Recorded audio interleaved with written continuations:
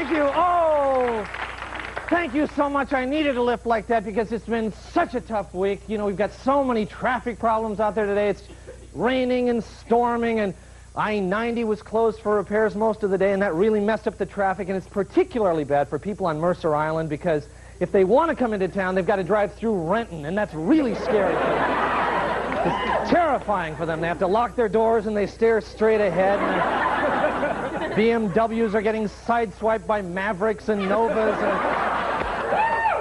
it's awful. It's awful. I know.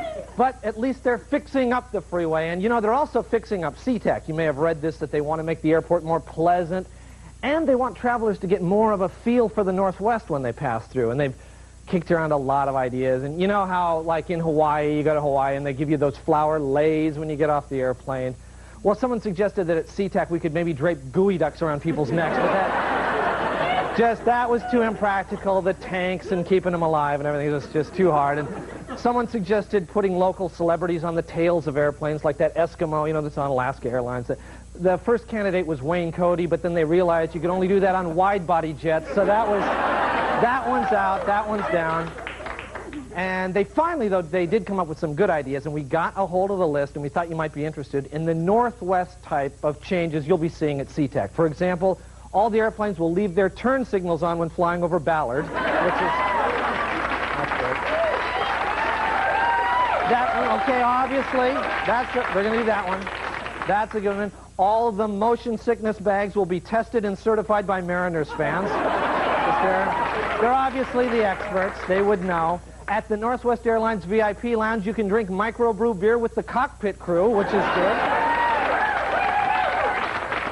Also very important, all the runways will now have bicycle lanes, which is good.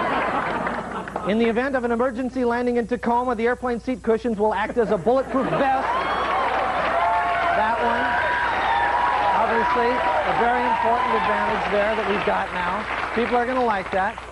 The duty-free shop will be renamed Boeing, which is, you know, in sync with what's going on there. And finally, they're going to flood the parking lots and bring in the hydros, which is another popular idea there. So, you know, we really hope that this is going to bring more business into town because it's tough during the recession because there's a lot of highly qualified workers, professionals, scrambling to find work out there. Now, there's a real serious example of this very close, actually, to the King TV building, and we persuaded our friends at NBC to investigate, and they've come up with a very compelling new series. Take a look.